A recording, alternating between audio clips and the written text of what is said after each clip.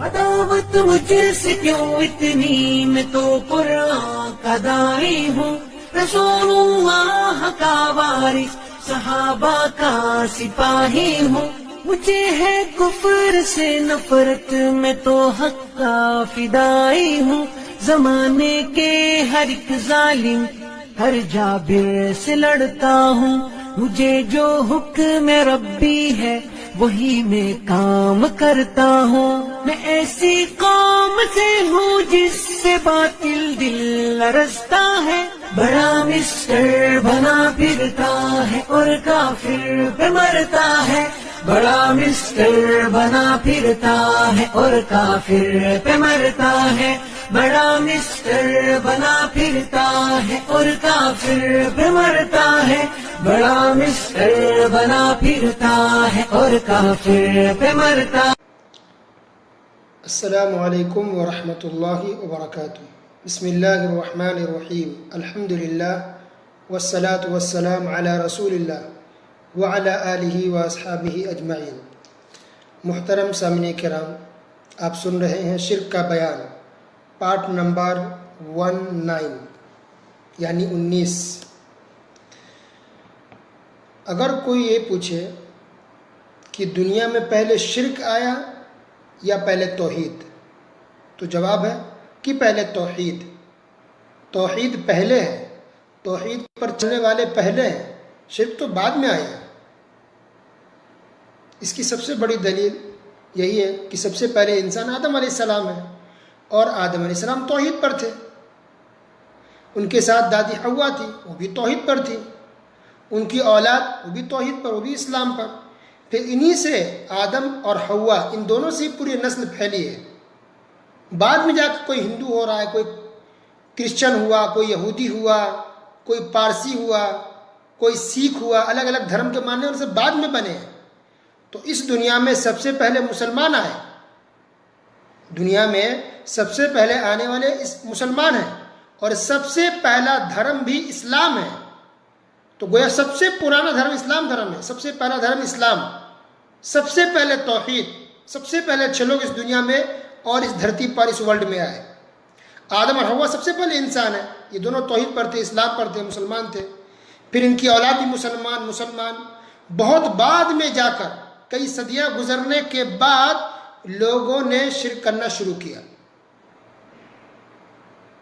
تو اسلام بھی کئی صدی تک، کئی سنچری تک تھا، کافی مدت، کافی زمانے تک صرف مسلمان تھے، اسلام دھرم تھا۔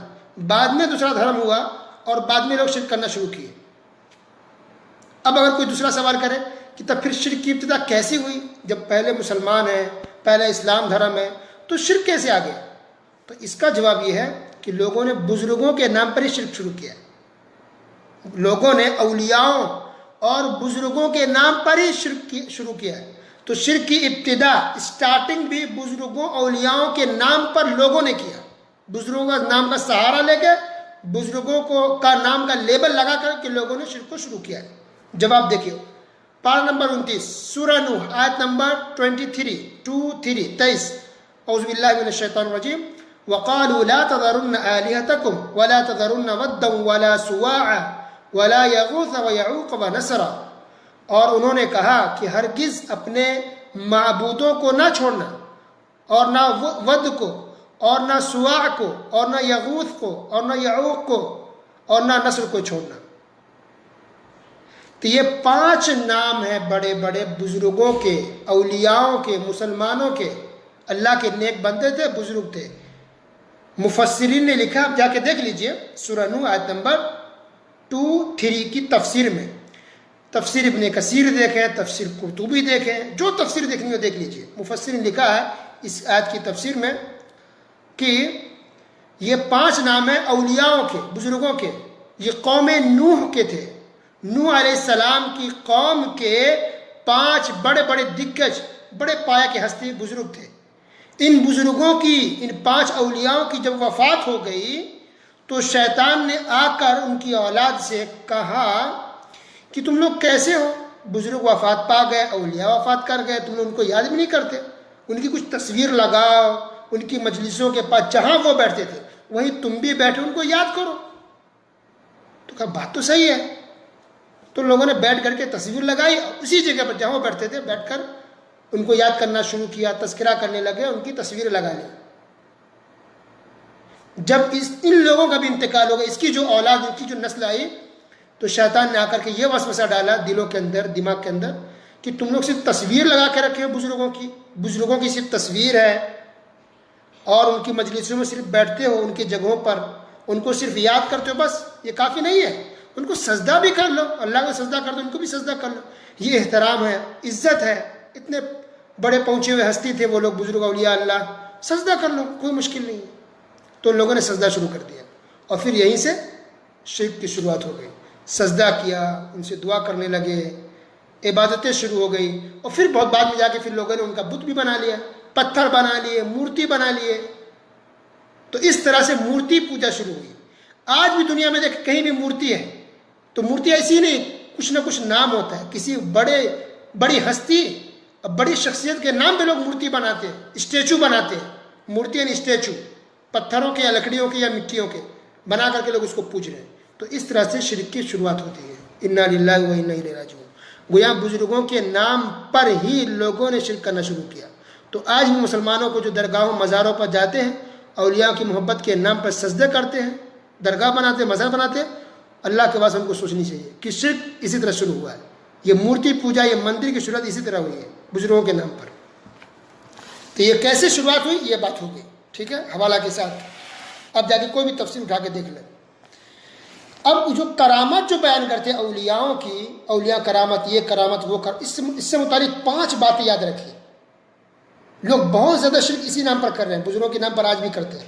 تو کرامت سے متعلق 5 باتیں یاد رکھیں. نمبر 1, کہ جو بھی کرامت بیان کی جاتی ہے لوگوں کے بیچ میں, وہ ساری صحیح نہیں ہے, بہت سی جھوٹ ہے.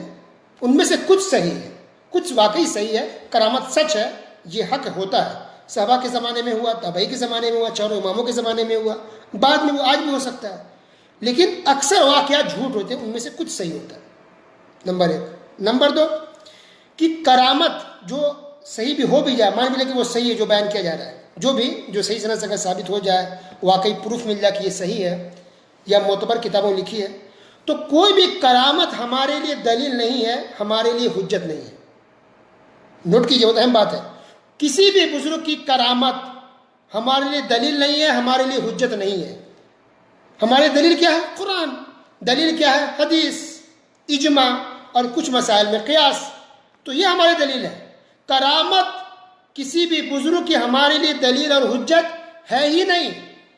اب تلاش کر لیں, پوچھ لیں کسی بڑے سے بڑے علماء سے, کرامت کسی بھی بزرگ کی ہمارے لیے دلیل اور حجت نہیں ہے.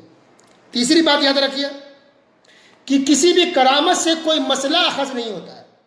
کسی بھی کرامت سے, چاہے شیخ عبد القادر جیلانی رحمۃ اللہ کرامت ہو, یا معین الدین چشتی رحمۃ اللہ علیہ کی کرامت, کوئی بھی بزرگ والی ہو, آج کے ہو پہلے کو, کسی بھی بزرگ کی کرامت سے کوئی مسئلہ اخذ نہیں ہوتا ہے.